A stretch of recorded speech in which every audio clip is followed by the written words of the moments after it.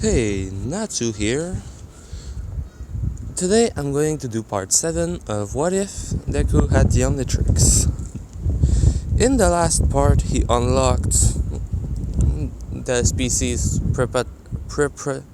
Prepatosian A from the omnitrix. That species is the species of energy. So, yeah. Not a lot of people know that, but it's actually he's actually extremely powerful. Because the only reason he doesn't look that strong in the show is because of the armor around him. That's basically made so that he cannot harm others. He can still shoot lasers from the three ventilation holes in his face. But if he is able to come out of the armor, basically he's like a nuclear reactor that's basically in meltdown, like trying to explode, but all the energy is condensed in him, and he looks around to feed on more energy.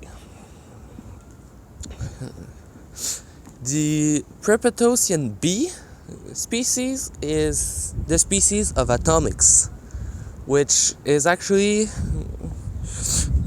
the reason it's separated in two is because on the world where they were, they had big cities, then a nuclear war happened.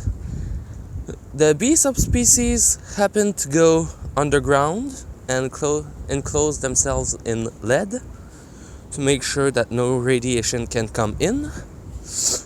Over time, their bodies started needing it because there was still radiation that came in. So they started making nuclear energy. That is why they are so powerful.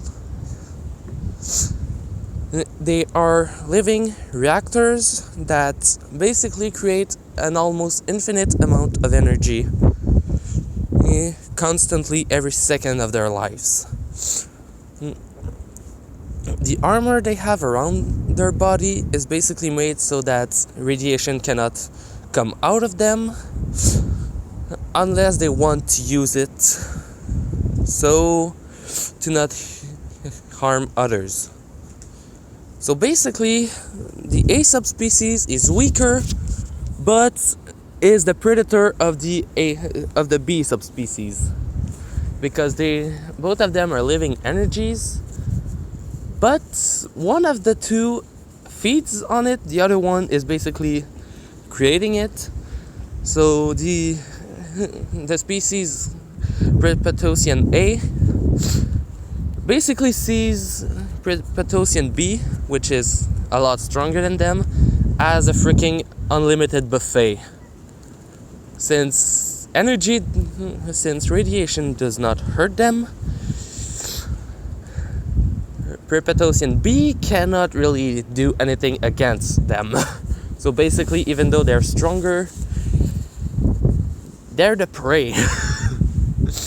Like us with parasites. Most of the time, even if since we don't know they're there, or even if we know that they're with us, we can't really do anything about them.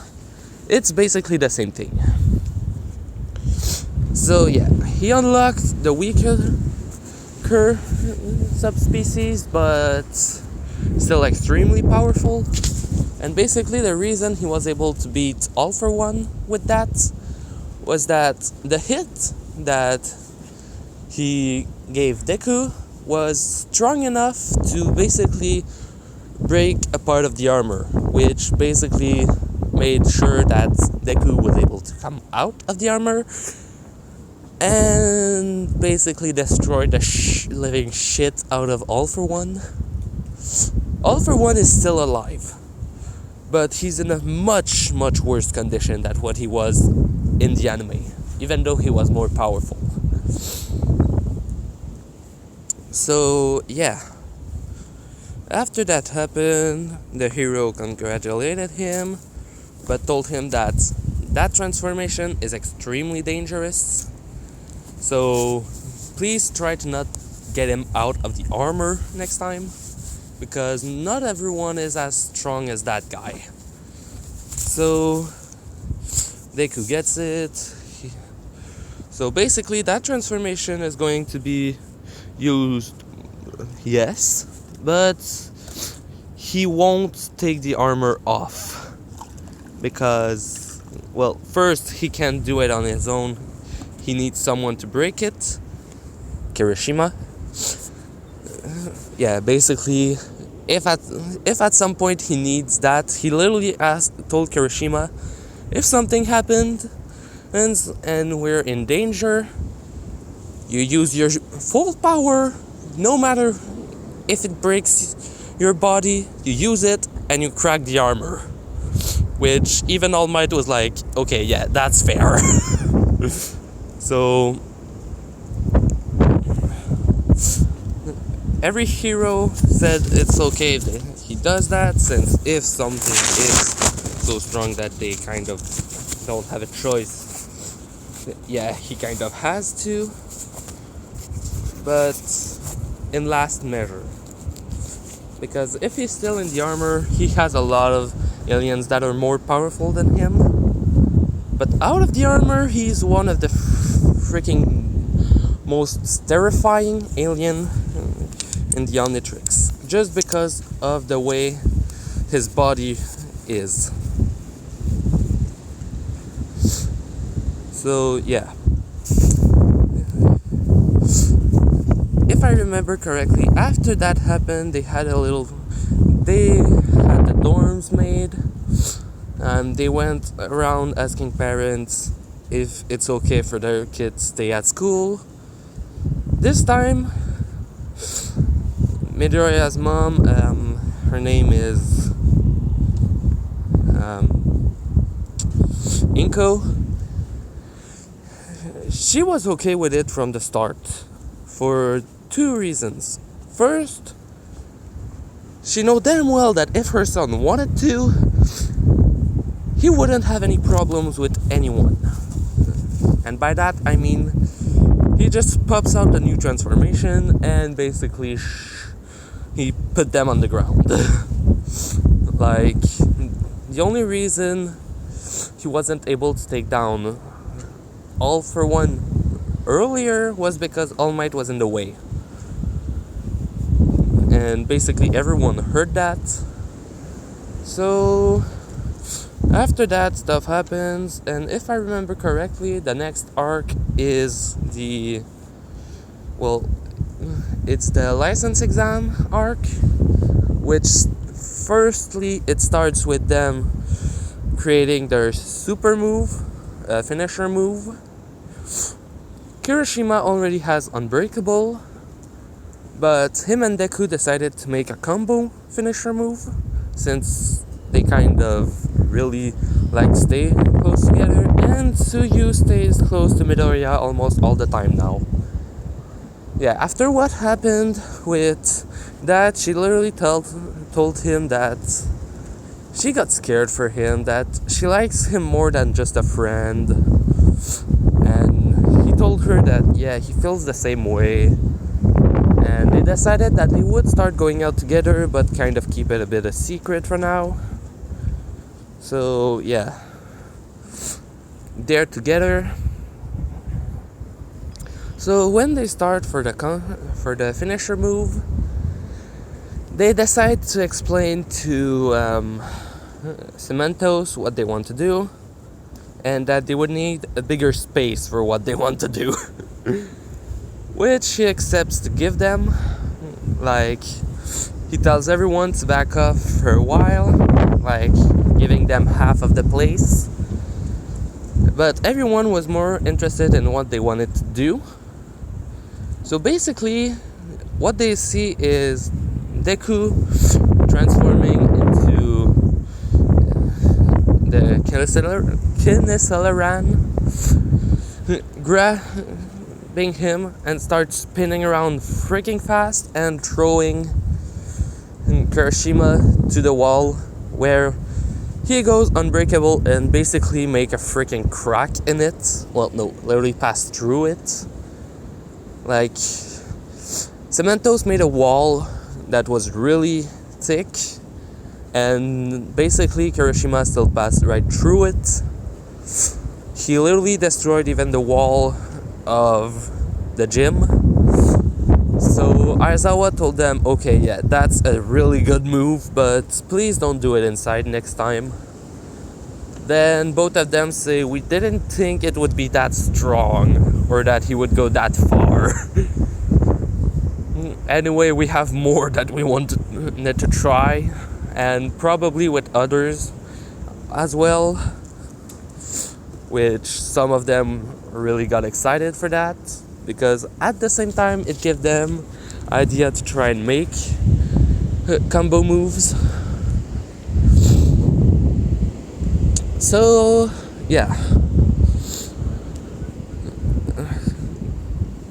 they made some combo move, and later Arizawa told them, okay, everyone, normally it's not a first year that do that, but you basically got to live more in a year that most people do it in the UA, so you're going to pass your hero license exam before what you're supposed to do, which everyone is happy. And yeah, so when they get there, just like in the original, they meet False Deku. Sorry, I never remember his name, and it's really funny to call him that. The Wind guy and everyone else. And before they get into the place, Deku just realized something.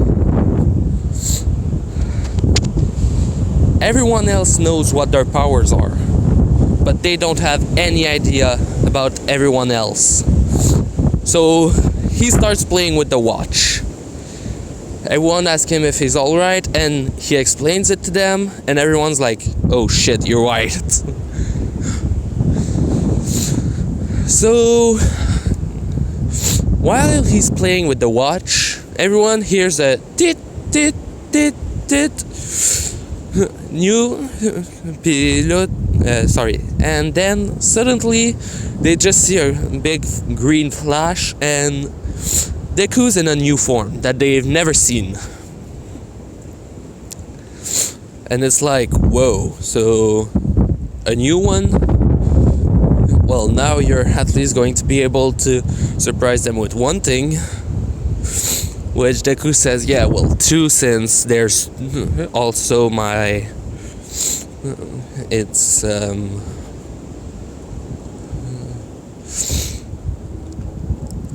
well, the other form that I gave him in the forest, Artiguana, and the plant one. So he says that he has those three that are new, and he said, yeah, okay. The new form is Ben Wolf, or Blitzwolfer, depending on which series you watch, since in the original he just called it Ben Wolf. In Omniverse he called it Blitzwolfer. So yeah, basically he unlocked that. He doesn't know anything about it except that it looks like a wolf, has big freaking claws, and yeah, pretty much. So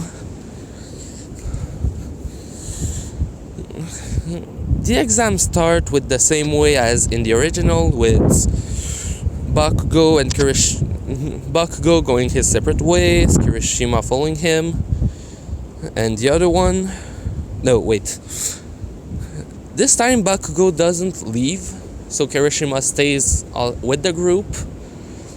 Shoto still goes away, and then everyone starts getting attacked. Deku didn't even have time yet to untransforms, and all he does is kind of screams to get down, but whilst doing that, he does the freaking wolf scream that basically sends an impulsion, which all the balls that were going towards them are basically repelled away. And everyone's like, shit, he has a new one?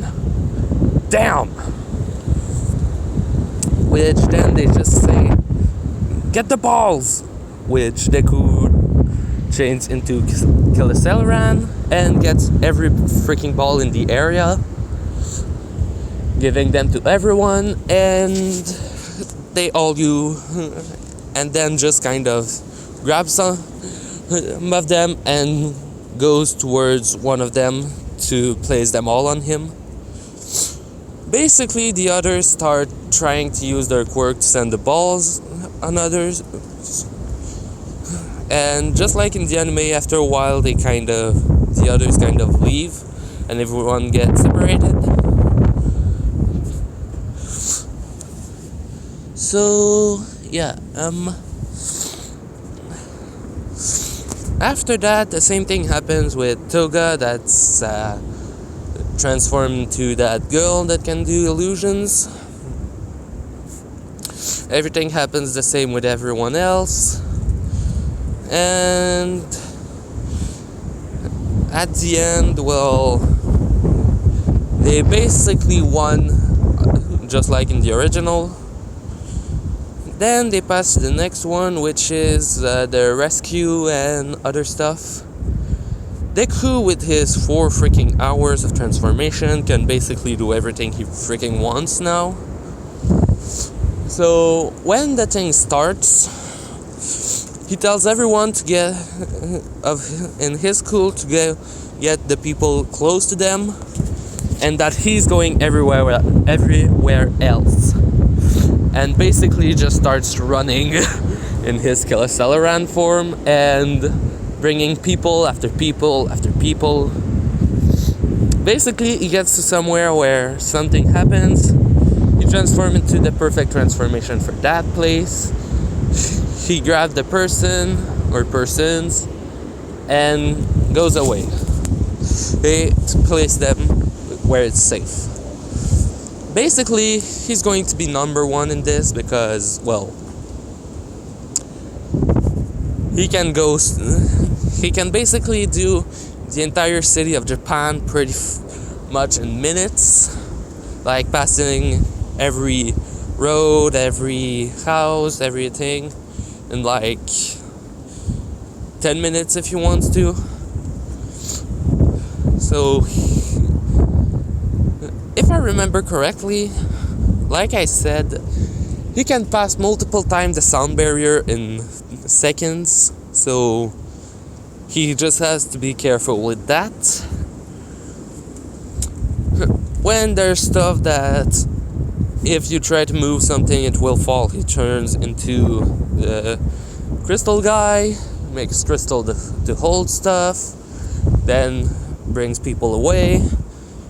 If it's just someone stuck under something, detriment, and continuing like that.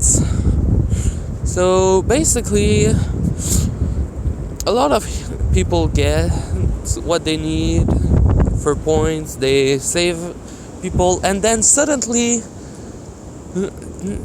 there's some guys in black that starts running around, and it's like, okay, now the villain have arrived, you have to stop them.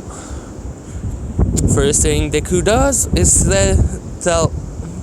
turns into his wolf form and scream at the top of his lungs, everyone, get the people, I'm taking care of the villains.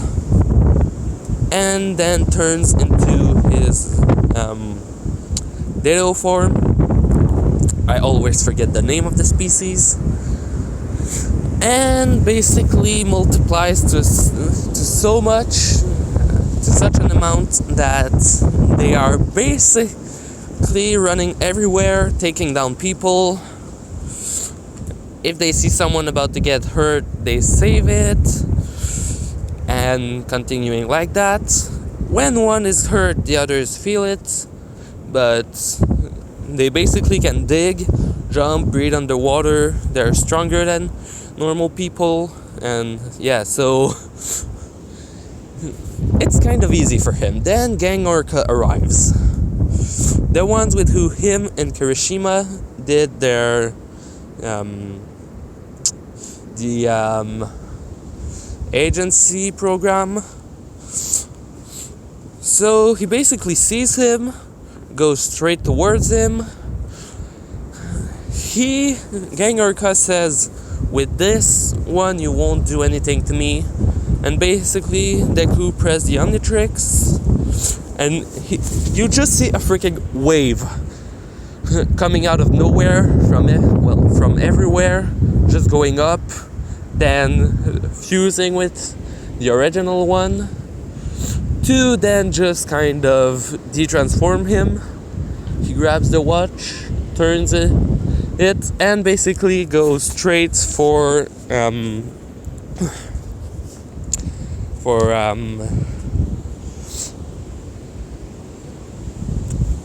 Vaxosaurian. So I just have way big in head. It's not that, it's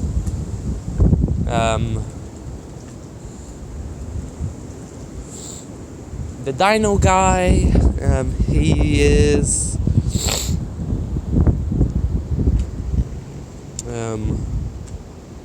Humongosaur, finally. So basically he turns into that, and Gang Orca kind of just reacts, oh shit, and get pushed into the wall, practically knocking him out.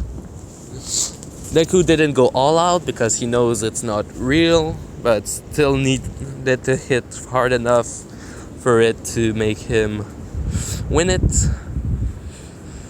Gang Orca kind of just did, okay, yeah, he hit hard. If I get another one of those, I'm out. So he just does and give up. Because, yeah, no, he's not winning this, and he knows it. Then the thing finished. Shoto and the wind guy did try to help Deku by beating up some of the others. They did have their argument, so it didn't really help anything. So basically, same as in the original, Bakugo is a bit more friendly, but he still insults people, so him and Shoto still lost and didn't get their license.